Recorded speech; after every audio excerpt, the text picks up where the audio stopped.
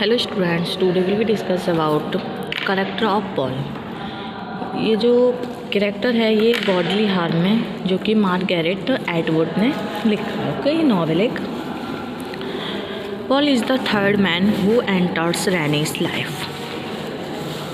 He is also a fantasy and unknown person met during some holidays, though he is a man of devious character and his activities are unclear. He fits the image Rani has in mind. He holds power and sexually desires her. This finally makes him able to accept her mutilated body to recognize it as her own, and again he wills it. Touching her, Paul makes her body exit and gives it back to her. She needs a man to do that to make her feel that she is whole woman again. Paul uses his power both to save her and take advantage of her. In circumstances that allow him to do so.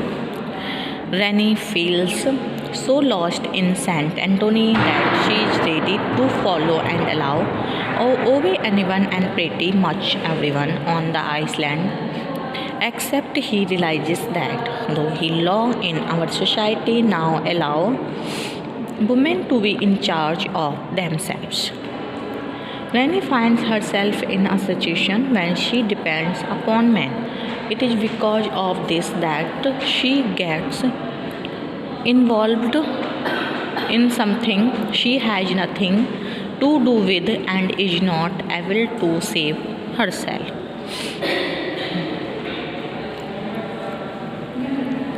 Everyone Rani meets actually uses her in some way or the other. Dr. Minnow wants her to write a piece on the local situation defending his opinions, while Paul goes far beyond social needs and with the help of Laura, makes her help them in his arms traffic. He may have the most affection in Rani's life because he is the one who really takes her over and finally eats. He is an American arrived in a post-colonial Iceland, enjoying the lack of limits on it. He is fond of taking risks and like a kid, he likes playing war and going beyond legal limits. However, this world is an adult one and his games turn into tragedy. He is a symbol of male power, but he does not know how to use it without inviting any danger. The novel Bodily Harm, written by Margaret Atwood, is the story of a woman. Her name is Rani. She is the heroine of the novel. And she is a journalist by profession.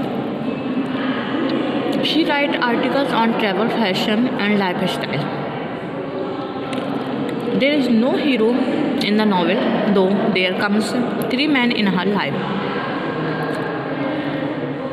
They cannot be called the hero of the novel because with them she has only sexual relationship. There is no man or Jack, Dr. Daniel and Paul. And the first few chapter parts of the novel are written in the background of Canada, but the major part of the novel is written in the background of Saint Anthony and Saint Agatha Islands. These are Caribbean islands.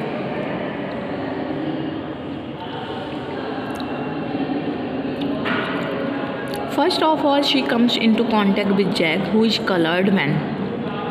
Both of them live under one roof and frequently make love. Both of them know that their relationship is not permanent and there is no love between them. There is only physical attraction between them. Jack gives her full physical satisfaction that she requires most. Their relationship goes in her months. Then she comes to know that she suffers from cancer in her left breast.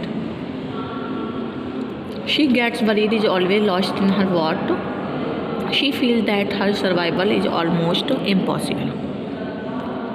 The doctor advised her that he will operate surgery on her breast and a portion of her flesh will be cut off from her body.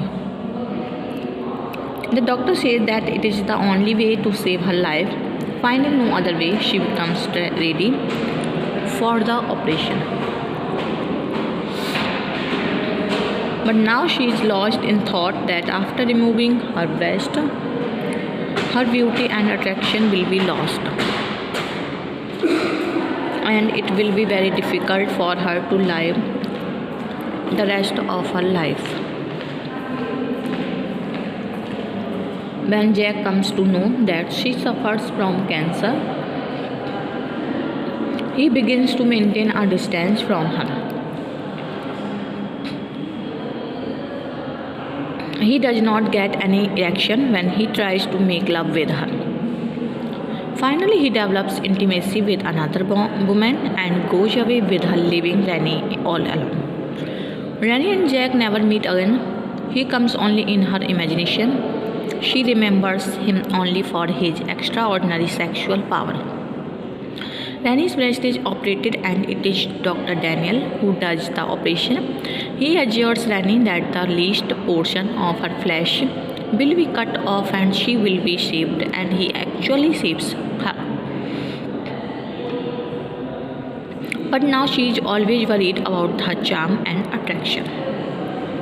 Dr. Daniel consoles her and tries his best to make her understand that not much bodily harm has been done to her and that she must take life as it comes to her. But she thinks that people will stare at her. She wants to live such a life as nobody pays much attention to her bodily harm. She should become a normal woman in the meantime. She begins to love Dr. Daniel. She is grateful to him that he saved her life. She establishes physical relationship with him, but only twice or thrice. One of its main reason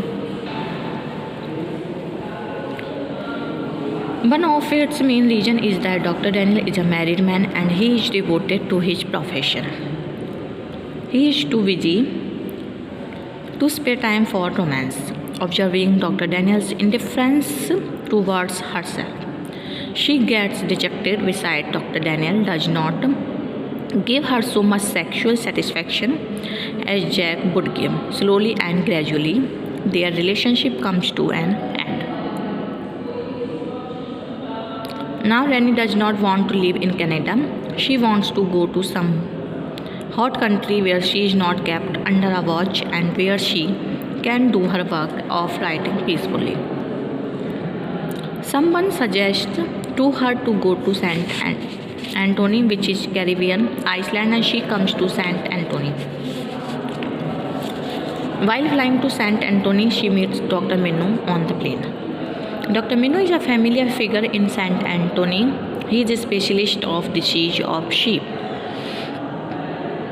In St. Anthony, she stays at Hotel Sunset. There is spread a knot of top traders, smugglers, CIA, and many other middlemen and politicians.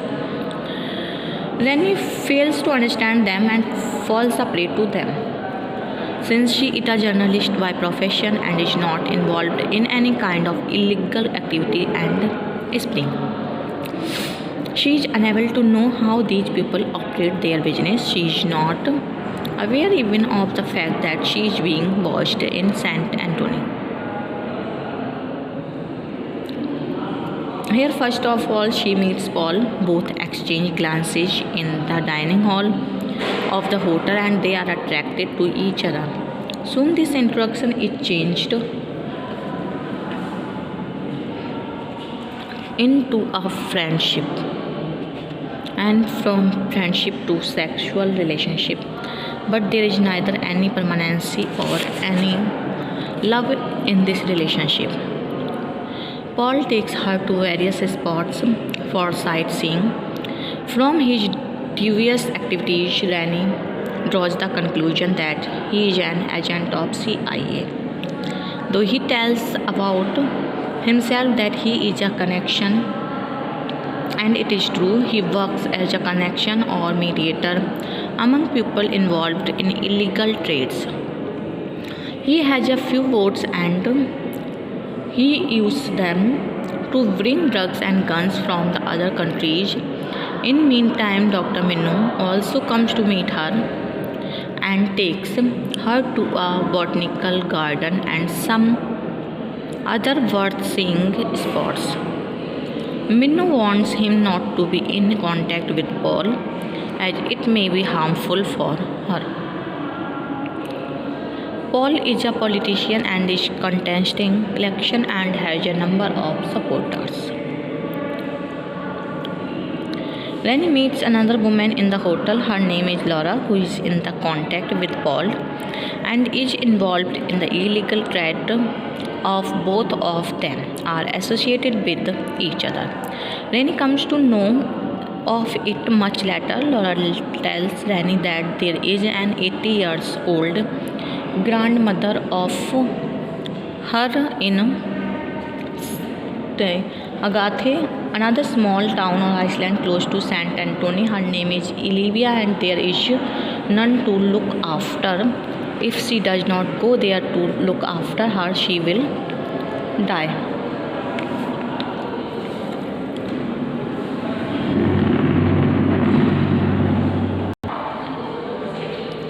Slowly and gradually their relationship comes to an end.